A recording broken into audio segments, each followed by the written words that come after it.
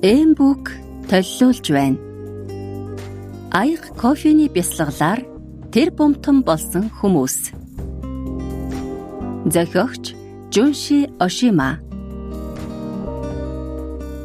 Орчуулсан Хулнагийн отхон. Номыг уншсан Баасанжавын Уланбаяр.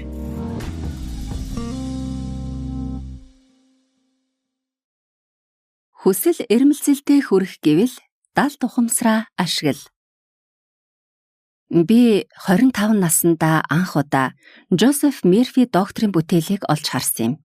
Тэр үед би Англид суралцж байсан ба нэгэн өдөр номын дэлгүүрт ороод таач гэсэн баяжиж чадна гэсэн номыг санаандгүй олж харсан юм.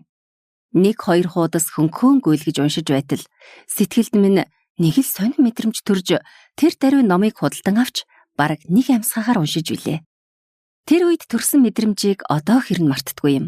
Түүнээс хойш өдөр бүр 1-2 хуудасаар нь маш тогтоон уншиж, Лондонд байх хугацаанд бас 5-6 удаа тогтоож уншснаа санддаг юм.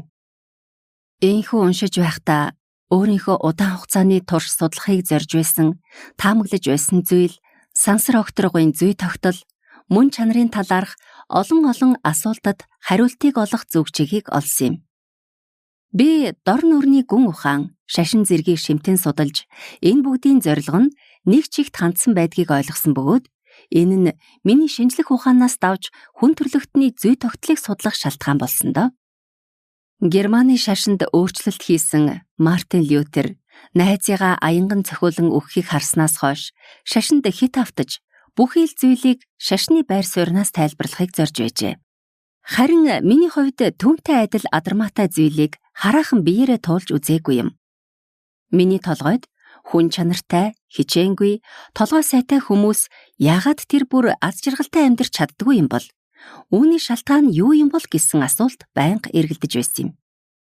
Жишээ болгож өөрийн амьдралаас өгүүлье. Миний аав хичээл зүтгэлгүй, гойд чадваргүй нэгэн байсан ч аз жаргалтай амьдрч байлаа. Гэтэл ээж маань уян зөөлөн, үнэн шударга, ажил хичээнгүй атлаа нэг ч өдөр тайван сууж чадахгүй байсаар өвчин тусаж тэнгэрт хайлсан да.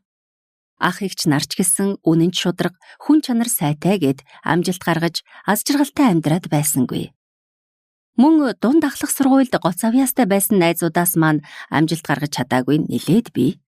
Зарим нь баян чинэлэг атлаа сэтгэл дундуур амьдрч харагдах юм. Энэ хорвоо дэндүү шударга биш юм уу та гэсэн бодол өөрөн ирэхгүй төрдөг байлаа.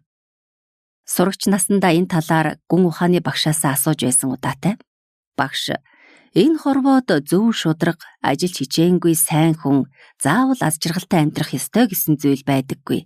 Энэ нь үхсний дараа амьдрал байдаг гэдгийг баталсан хамгийн нөлөө бүхий баримт гэж хариулсан юм.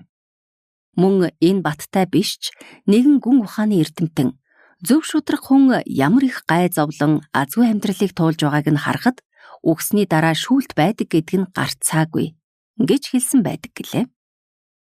Би багшийн үгийг яг тэр хിവэр нь ойлгосон ч гэсэн зөв шударга, ажил хичээнгүй сайн хүн яагаад аз тохиож аз жаргалтай амьдрч чадахгүй байгаа юм бол гэсэн эргэлзээгээ тайлж чадахгүй хоцорсон юм.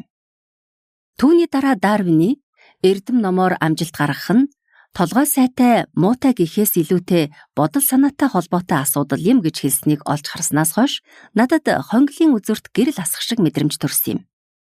Хувьслын онолыг нотолсон алдартай эрдэмтэн Дарвин их сургууль төгсөх хүртлээр сурлагадаа сайнгүй байсан тул аав нь нэг удаа эмэгтэй дүүг нь эрэгтэй байсан бол хавьгүй дээр гэж хэлж байсан удаатай гэдэг.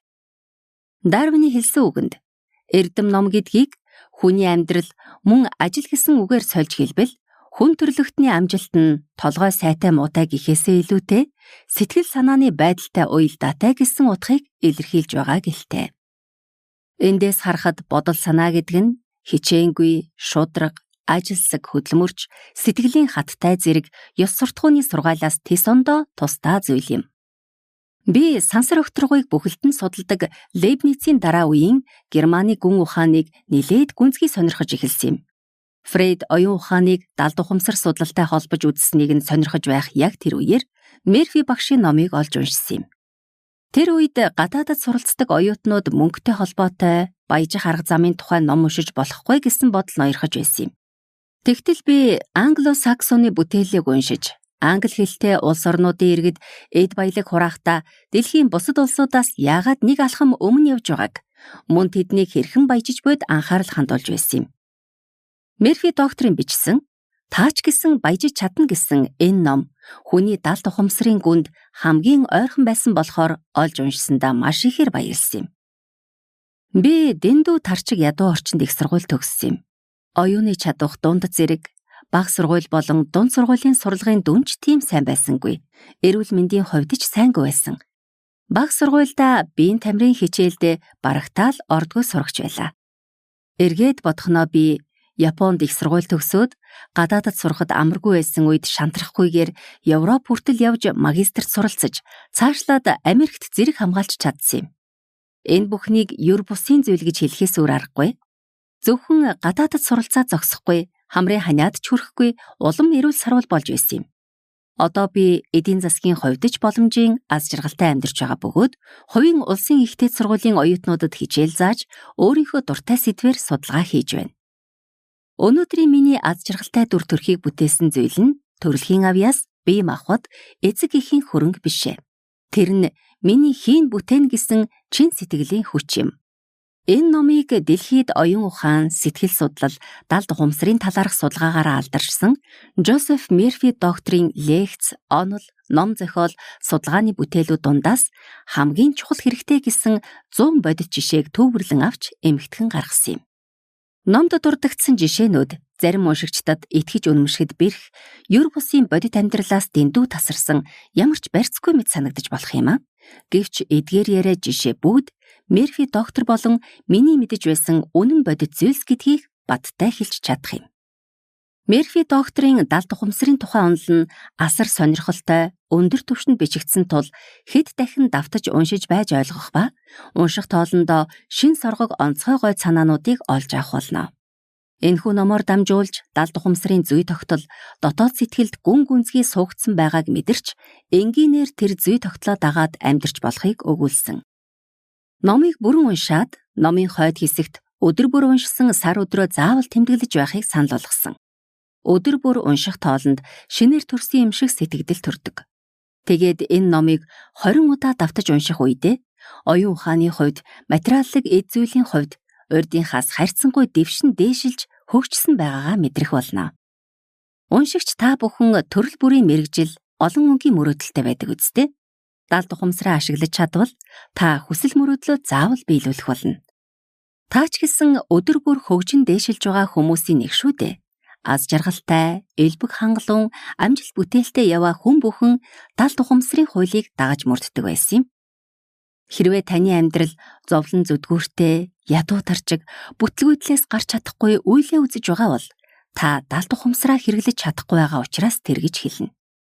Өөрийнхөө далд ухамсарын хүч чадлыг мэдэж, мөн тэр хүч чадлыг ашиглах арга барилуд нь энэ номд бүгд байгаа.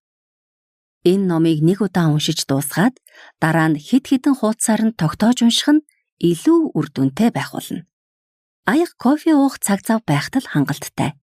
5 минут тайван байдалд бясалгал хийж байгаа гэж бодоод энэ номыг уншаарай.